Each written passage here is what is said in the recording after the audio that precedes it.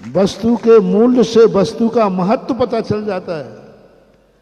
यदि ये कोई लाइब्रेरी की पुस्तक तुम्हें देता हूं, एक एजेंडा, एक प्रॉस्पेक्टस देता हूं, उसमें सब किताबें, एक किताब 2 पैसा की, एक किताब 2 रुपया की, एक 200 रुपया की, और एक किताब के नीचे लिखा था मूल 10,000 रुपया। झूठ मत बोलना, अभी तुम्हें कुछ भी मालूम नहीं है, तुम्हें कुछ भी मालूम नहीं हो। पूरा देख रहा है, एक किताब 2 रुपए की, एक किताब 100 रुपए की, ये 50 रुपए की, सब पढ़ते पढ़े 1 रुपए की। सही बोलना, लाइब्रेरी में सबसे पहले आप कौन सी किताब की तरफ जाओगे? आप क्या जानते, उस किताब का नाम भी पहली बार ही सुना आपने। उस किताब में आपको कुछ भी मालूम नहीं है कि क्या है, लेकिन जैसे ही आपने देखा 10,000, आप सबसे पहले उसी किताब को निकाल के देखोगे। ये दुनिया का रिवाज है। आज अर्थ के युग में मूल्य से पता चलता है कि ये वस्तु का मूल्य क्या है। जब मैंने आपकी ये आदत देखी तो मैंने भी अभिषेक का मूल्य रख दिया। लमेटा में जब आए मैं यहाँ, बहोरी बंद में भी यही हुआ। महाराज जी देखो, ये लमेटा है, गरीब लोग हैं, बाहर के लोग नहीं हैं, यहाँ शांति धारा सस्ती करा दो। बहोरी बंद में भी कहा, हर गरीब हमारे सामने गिड़गिड़ाता है, और हम जानते हैं जितने ये गरीब हैं ये गुदड़ी के लाल है। मैंने कहा भैया मैं शांत, मैं तो सस्ता होने वाला नहीं हूं। तो महाराज जी फिर अभिषेक शांति धारा होगी, मैंने नहीं होने दो। बहोरी बंद में सबसे ज्यादा गरीब लोग मान रहे थे। एक एक दिन में 10-10 शांति धारा हुई है। लमेटा में कह रहे थे महाराज शांति धारा नहीं होगी, यहाँ 11 ही का मिल जाए तो बहुत है। जिस दिन से आए उस दिन से 2-2 हो रही है, क्योंकि हर व्यक्ति सुन रहा है मूल्य है इसका अर्थ दम है। मूल्य है इसका अर्थ दम है, और मूल्य उसका बन जाता है, और वस्तुतः है। तो जब व्यक्ति के मन में ये भाव जाग जाता है, परिणाम जाग जाता है। तो मेरे लमेटा वाले तो स्पष्ट 3-4 बार मेरे पास आए।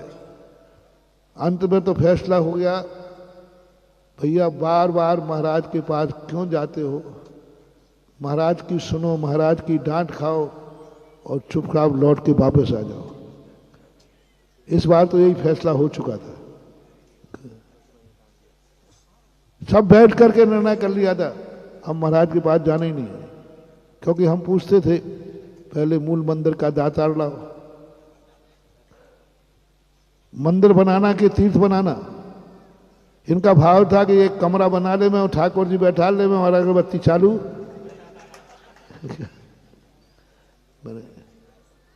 और जब आता तो हम कहते देखो भाई तुम समय खराब कर रहे हो। होना ही नहीं था, हथियार डाल चुके थे। चमत्कार कब होता है? प्रारंभ में चमत्कार नहीं होता, बहुत बड़ी परीक्षा दे रहा हूं महानुभाव। जितने महान आत्माओं पर चमत्कार हुए शुरू में नहीं हुए, जब संकट की चरम सीमा हो गई। जब संकट चरम सीमा पर है, अब बच नहीं सकता है, समझ लेना उसी समय चमत्कार होने वाला है। द्रौपदी के लिए चमत्कार कब हुआ? जब जुआ पे लगा रहे थे तब, जब बाल घसीट के ला रहे थे तब। चमत्कार जब हुआ जब अंतिम रूप हो गया चीरहरण।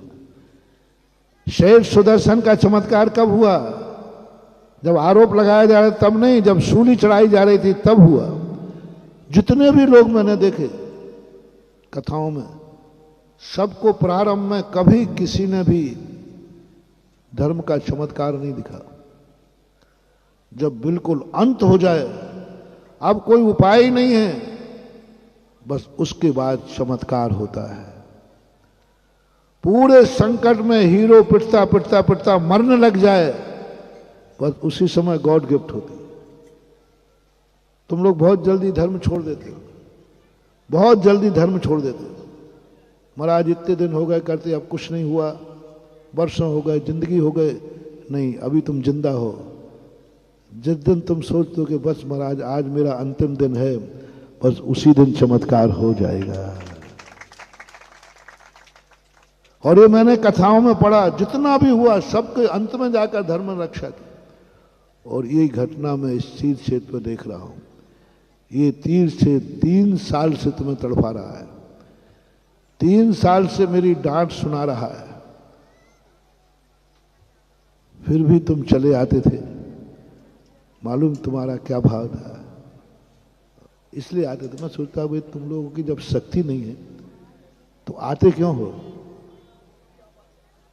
तो मैं समझता हूं आजकल तुम लोगों के अंदर शायद कोई आपका कोई दूसरे गांव का भगत सेठ आके लमेटा का मंदिर बना जाए। मैं अपने भक्त को इतना गरीब समझता ही नहीं हूं कि उसे दूसरे की रोटी खाना पड़े। और तीर्थ ने कहा कि बस अब फैसला हो चुका है। और एक व्यक्ति ने कहा था, क्या नाम था उसका, ध्वजारोहण कर रहा है ना, पवन ने कमेटी को जब, हाँ इसी ने सुनाया था मुझे, उसी ने खुद ही सुना दिया कि जैसे जब अनु भैया वगैरह ने कहा कि चलो महाराज, तो उसने बोल क्यों जाते हो वहां पर, तुम्हारी औकात मौकात तो है नहीं। महाराज ने 4 मंदिर की कही, छोटे छोटे बोझ नहीं बोल पाए। बार बार वहां जाने की जरूरत नहीं है, महाराज का समय खराब करो और अपन जाकर के महाराज के प्रति महाराज को भी विकल्प आवे और अपन भोंदू बन के वापस के, यही था ना। जैसे मुझे समाचार मिला कि लमेटा वालों ने बस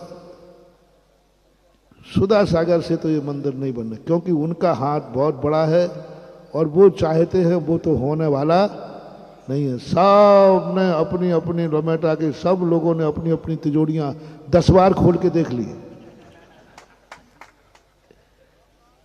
कई लोगों ने हिम्मत भी लगाई और बाद में कहने लगे महाराज जी बस मुझे विश्वास था ये धर्म है, मुझे विश्वास था इस माटी का परीक्षण मैंने किया है, मुझे विश्वास था कि दुनिया को ये खेत की माटी थी और मुझे ये तीर छेद की माटी दिखी थी।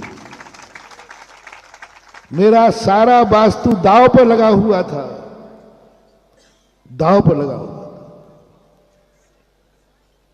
बहुत बड़ा ज्ञान को दांव पर लगाना बहुत बड़ी चीज है मालूम। पूरा ज्ञान दांव पर लगा हुआ था। मैंने कहा ठीक है, बस ये फैसला हुआ, आज सुदर्शन को सूली चढ़ना है, फंदा भी लग गया है। 1 2 2.5 नरेंद्र बाबू, 3.25 99 100 बोलने के पहले ही वो महापुण्यात्मा आ गया कि तीर्थ बनेगा। जय हिंद। अगर आपको मेरी वीडियो अच्छी लगती है तो प्लीज़ मेरे चैनल को लाइक करें, शेयर करें और सब्सक्राइब करें। Thank you.